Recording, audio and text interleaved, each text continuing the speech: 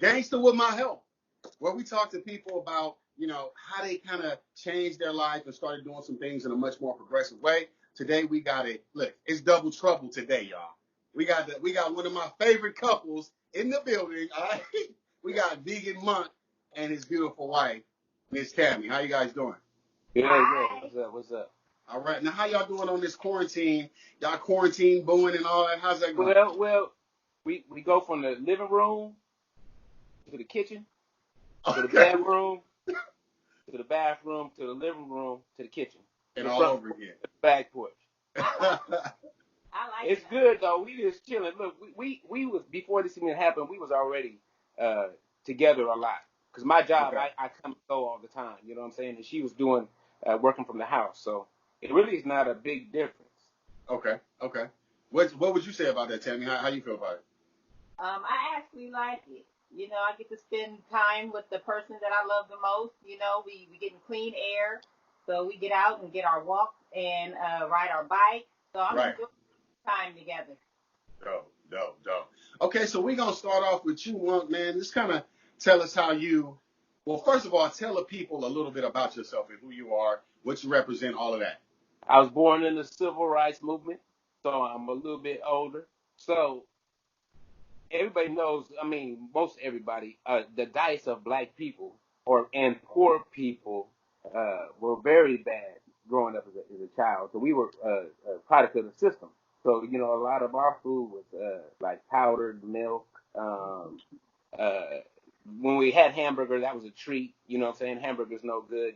Powdered milk, powdered eggs, just, the basic government cheese, the whole nine. So Right. growing up, getting conditioned to eat that type of food is what I did. So even when I got older, because until you're out of the house, you're gonna eat what's there. And if you don't Mm-hmm. eat what's there in our household, it's like if you don't eat this, you ain't eating anything. That's That's right. it. You know what I'm saying? Besides whatever I could steal from the store or whatever. You know what I'm saying? I was one of them kids. But Right. uh, as you got older and then you got out, you thought you was eating good by eating. Now you could get a steak, or now you can get some chicken or some fast food. So to us, fast food was a treat. There were seven of us with just my mom.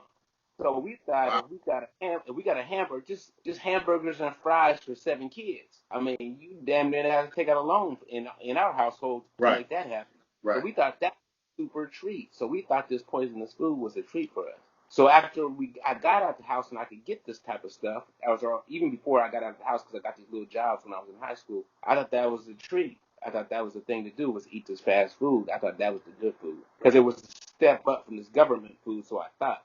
And then after I got older, after I got out of high school and started moving around and started trying to get into this gym thing, it was all chicken. Eat your chicken, eat your steak. You need your protein and this and that. So it's basically I thought was a good American diet at the Mm-hmm. time.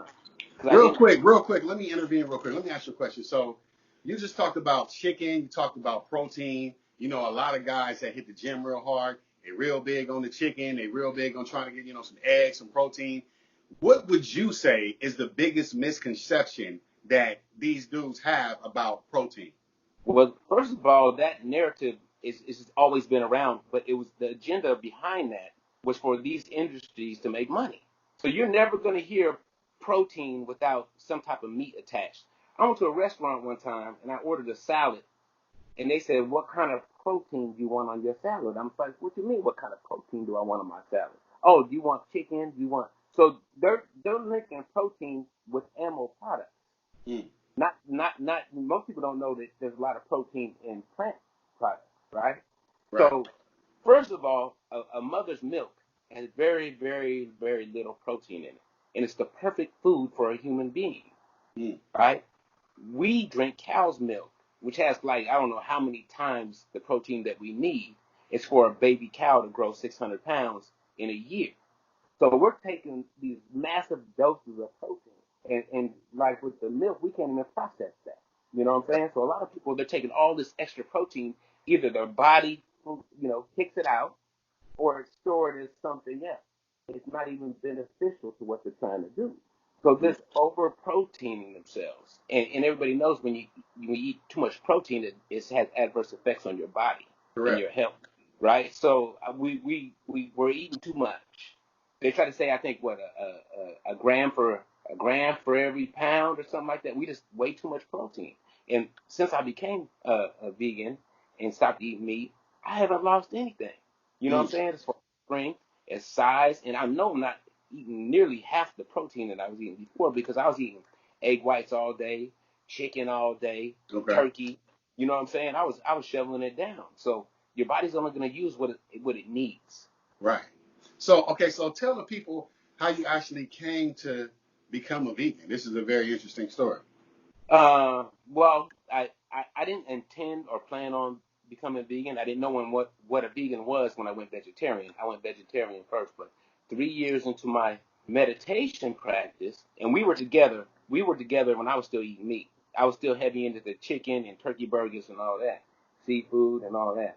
So 3 years, I was on this healing journey, not physically, but spiritually. You know what I'm saying?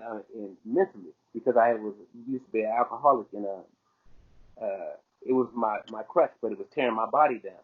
So I had to stop. So I dove into meditation.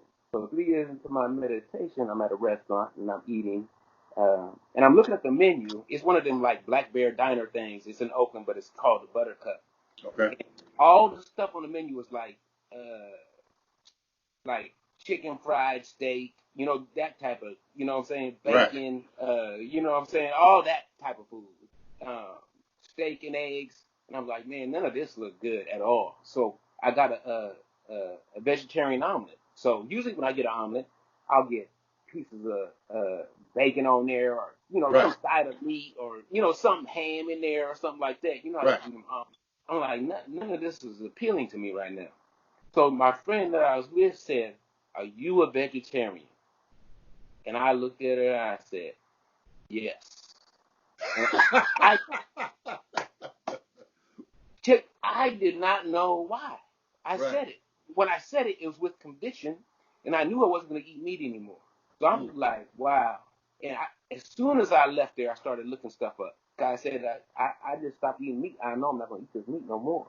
So I looked at the connection between meditation and vegetarianism, and it said that basically on a subconscious level, because our subconscious mind runs 95% of the show. So these Right. decisions that we're making, we don't even know why we're making them.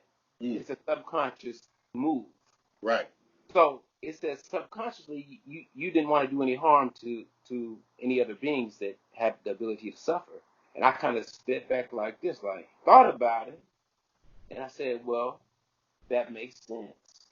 Because I've always been even when I was out there being violent and doing whatever I was doing, I always had this compassion. Man, I'm telling you, man, I got into it when this guy, and I stomped him out, stomped his head out real bad, Mm. right?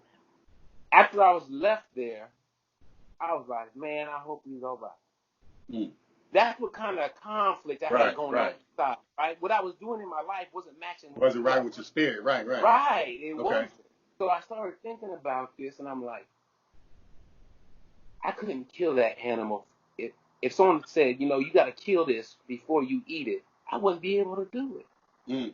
I wouldn't be able to do it. If someone said, there's a pig in the back, if you want some bacon, go handle it. I wouldn't be able to do it. Right. I didn't have it in me.